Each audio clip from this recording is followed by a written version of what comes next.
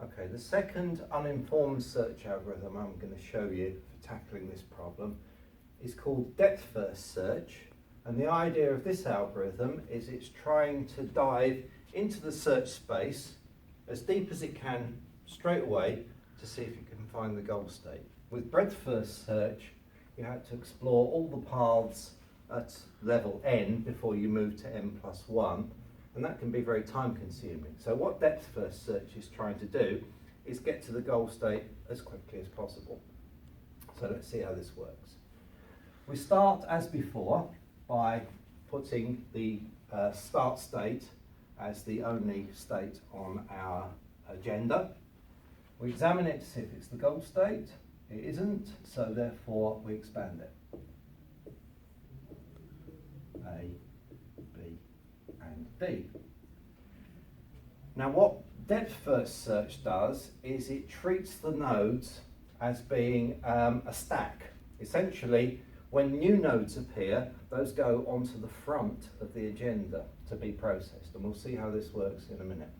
So what we do is we treat this as a stack, so we say that's at the top, let's look at that first. So let's expand A. From A, I can get to B and to G1, and when I add those to the agenda, those get added at the top, so these two are going to be the ones that get looked at next before these ones. So I'm going to show you the simplest form of depth-first search to start with, which is simply going to use the algorithm that I'm describing in terms of following the nodes in terms of being a stack. So the next one that I look at is B, that's on the top of the stack, and I say, okay, where can I get to from B? Well, from B, I can get to node A and I can get to C. So I add those, and I consider those now to be at the top of my stack. So my agenda currently reads A, C, G1, B, and D in that order. So the next node that I look at is A, and you can already see a problem developing, because if I now go to A and say where can I get to, well, I can get to B and I can get to G1.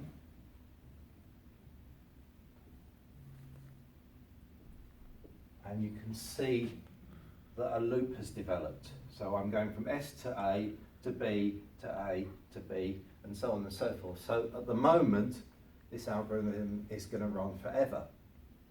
So the way that you fix this, the simplest way of fixing it, is by detecting loops on the path. If you expand a node and that loops back to a state that you've already seen earlier on that path, then you consider that to be a dead end instead. So what I'll do is I'll take the search back to the beginning, and we'll do it again, but this time we'll check the paths to make sure that there are no loops. So I start by expanding the initial state, A, B, and D. My agenda is in that order, so therefore I expand A. So I expand A, and I can get to B, and I can get to G1. There's no loop there, so we're fine. But now when I go to B here and expand that state, tick that because that's been expanded. When I go to B and expand that state, I notice that I can get to A, and I can also get to C. Now if I went to A, that would be a dead end. So I'll put that there as being, we're not going to go there. And C is fine because that's not already on the path. So I'm not going to visit this node here, and that gets rid of the problem of looping. So let's continue with the algorithm here. The next node that I can look at is C. From C, I can get to F, G2, and S. So let's put those in there. F, G2, and S. But when I do the loop checking, I notice that S is already on the path. So therefore, I'm going to treat that as a dead end. So the next node that I go to is F, because that's on the top of my stack now. And from F, I can get to D, and I can also get to G3. So I can go to D, and I can go to G3 here. Neither of those are on the path, so that's fine. So I next go to node E, next go to node D, and from D I can get to E, or I can get to S, or I can get to C. So from D I can get to C, or I can get to E, or I can get to S. But C is already on the path, so that's a dead end. And S is already in the path, so that's a dead end. So the only node that I need to look at is E. And when I look at E, there's only one place that I can go to. I'll just write it at the bottom of the board here.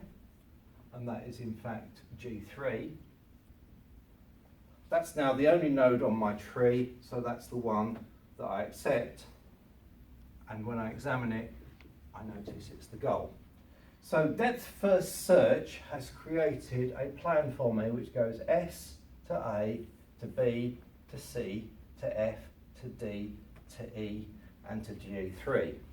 In trying to be quick at this particular problem, you'll notice that it's created a plan which is very long. And that's one of the problems with depth first search. It's neither optimal in terms of cost, nor is it optimal in terms of the number of actions in the plan. However, when it does find a goal, it sometimes finds that goal very quickly. And it also doesn't use up much space in memory. Breadth first search, because it's expanding the tree, can use up a lot of space in memory. So depth first search, generally speaking, isn't the best algorithm in the world, but it has certain properties which are attractive to us. And in the next video, I'll show how you can use depth first search in a way that does give you an optimal plan.